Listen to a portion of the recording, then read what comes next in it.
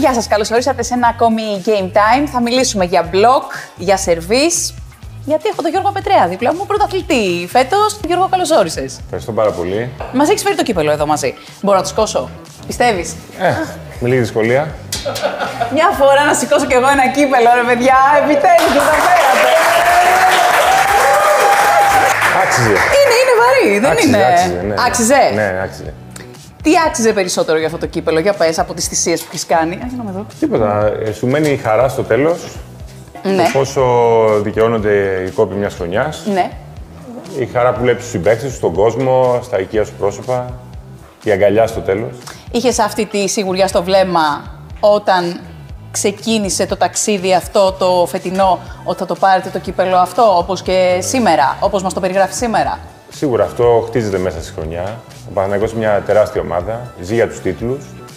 Το δουλεύαμε όλη τη χρονιά. Υπήρχαν πολλές δύσκολες στιγμές, αλλά ποτέ δεν χάσαμε την πίστη μας ότι μπορούμε στο τέλος να ανταμυφθούν οι κόποι μας και να το κατακτήσουμε.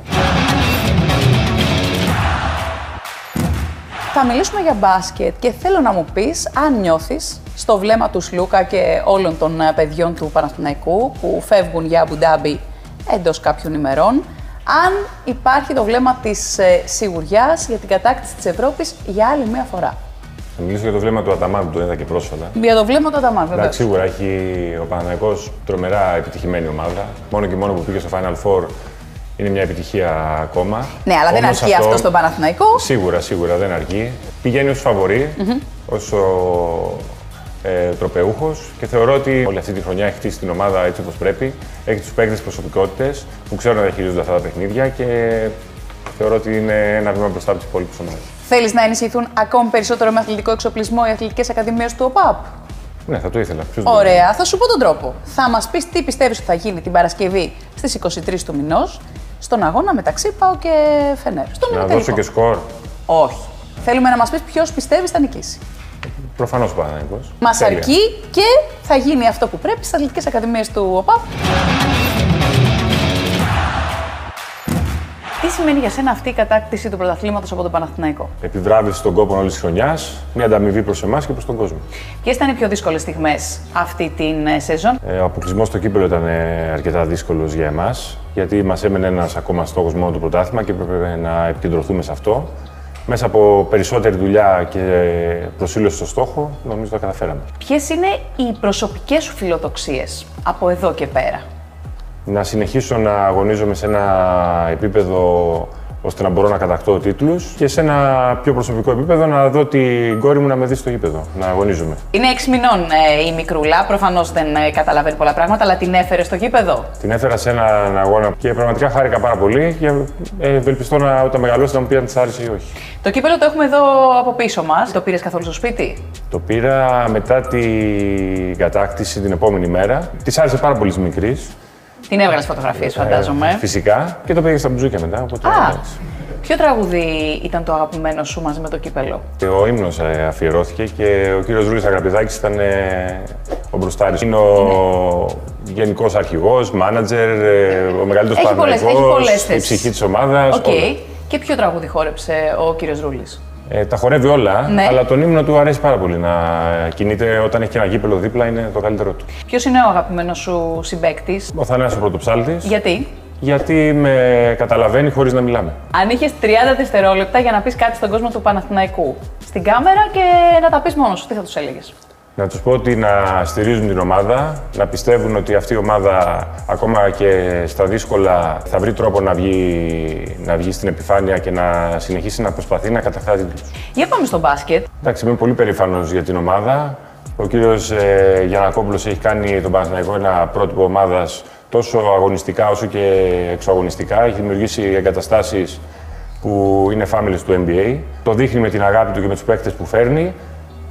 Η ομάδα είναι στην κορυφή της Ευρώπης και ευελπιστώ να παραμείνει. Για δώσε και ένα μήνυμα στους παίκτες του Παναθηναϊκού που σε λίγες μέρες ταξιδεύουν. Έχουν την εμπειρία, έχουν τις παραστάσεις, να ακολουθήσουν τους παλαιότερους που τα έχουν περάσει πολλές φορές αυτά, όπως τον Κώστα Σλούκα, και να κερδίσουν ώστε να κάνουν τον κόσμο χαρούμενο.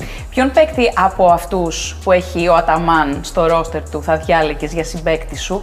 Θα ήθελα να έχω τον Grant, γιατί ήρθε στην Ελλάδα σαν μια μεταγραφή που δεν ήταν αεροδρομίου, αλλά κατάφερε με την προσπάθειά του και με το πόσο ομαδικός παίκτης είναι να κερδίσει την αναγνώριση όλων. Αγαπημένο σου σύνθημα για τον Παναθηναϊκό? Δεν κάνει να το πω. Πες το, θα βάλουμε μπιπ. Όχι. Μπιπ. Τι, όλο κανένα άλλο δεν έχει κανένα που να μην βρίζει. Σύλλογος μεγάλος, δεν υπάρχει άλλος. Α, εντάξει. Να καρφώνεις με στυλ, αλλά να φοράς συνεχώς γυαλιά ηλίου στο γήπεδο ή να παίζεις ξυπόλυτος? Να παίζω ξυπόλυτος. Να σε αποθεώνει όλο το ΟΑΚΑ, αλλά να σε φωνάζουν ο γκρινιάρης του φιλέ ή να είσαι σιωπηλός και αόρατος? Να με αποθεώνει το ΟΑΚΑ. Μια ζωή MVP, αλλά μόνο αν τραγουδάς Καζατζίδη στην απονομή ή τίποτα? Δεν έχω ωραία φωνή. Να κάνεις σερβίς και να παίζει κάθε φορά Eye of the Tiger ή να καρφώνεις και να ακούγεται ζώδια? Ζώδια με τη Λίτσα Πατέρα. Super match με διπλό σκορ ή free σουβλάκια για όλη την εβδομάδα για μία εβδομάδα? Καλά, εύκολο. Πεινάω. Να έχεις fan club με το όνομα η Πετρέη ή να γίνεις viral για πανηγυρισμό τύπου Zumba? Πετρέη. Συνήθως εδώ μας δίνουν μια υπόσχεση. Πες μας την επόμενη φορά που θα έρθεις, τι υπόσχεση θα πρέπει να έχεις κρατήσει? Την επόμενη φορά που θα έρθω θα φέρω και το Ρούλι. Τον κύριο Ρούλι, αγαπητέ.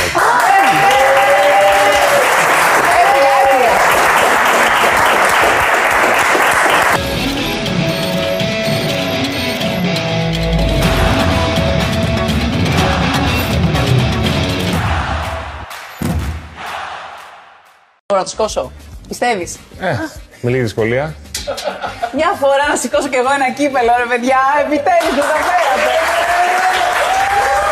Το κοινό του Πάμε Στοίχημα στα social media έχει κάποιες ερωτήσεις για σένα. Θα ξεκινήσω με την πρώτη. Ποιες αρετές θεωρείς πιο σημαντικές σε έναν καλό κεντρικό μπλοκέρ? Το πώς μπορεί να αντιλαμβάνεται και να διαβάζει το παιχνίδι και να αφομοιώνει το τι του ζητάει ο κάθε προπονητής ανά πάσα στιγμή. Αγαπημένη στιγμή στην καριέρα σου? Όλοι οι τίτλοι που έχω κερδίσει στην καριέρα μου είναι πολύ σημαντικοί για μένα. Θα ξεχωρίσω τους δύο τίτλους με την εθνική ομάδα. Πώς νιώθεις τώρα που έχεις γίνει μπαμπάς? Νιώθεις δύο πράγματα ταυτόχρονα. Νιώθεις πολύ δυνατός σε σχέση με τους υπόλοιπους, αλλά και ταυτόχρονα πολύ αδύναμος μπροστά στον ανθρωπάκο που έχει πέσει στη ζωή. Πιστεύεις ότι το ελληνικό βόλεϊ έχει επιστρέψει σε ανταγωνιστικό επίπεδο?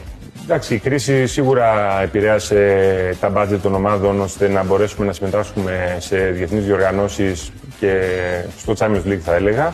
Θεωρώ ότι βήμα-βήμα το επίπεδο ανεβαίνει και έχουμε θέση στο Champions League. Θα σκώσω, πιστεύεις? Με λίγη δυσκολία. Μια φορά να σηκώσω κι εγώ ένα κύπελο, ρε παιδιά, επιτέλους το καταφέρατε. Το κοινό του Πάμε Στοίχημα στα social media έχει κάποιες ερωτήσεις για σένα. Θα ξεκινήσω με την πρώτη. Ποιες αρετές θεωρείς πιο σημαντικές σε έναν καλό κεντρικό μπλοκέρ? Το πώς μπορεί να αντιλαμβάνεται και να διαβάζει το παιχνίδι και να αφομοιώνει το τι του ζητάει ο κάθε προπονητής ανά πάσα στιγμή. Αγαπημένη στιγμή στην καριέρα σου? Όλοι οι τίτλοι που έχω κερδίσει στην καριέρα μου είναι πολύ σημαντικοί για μένα.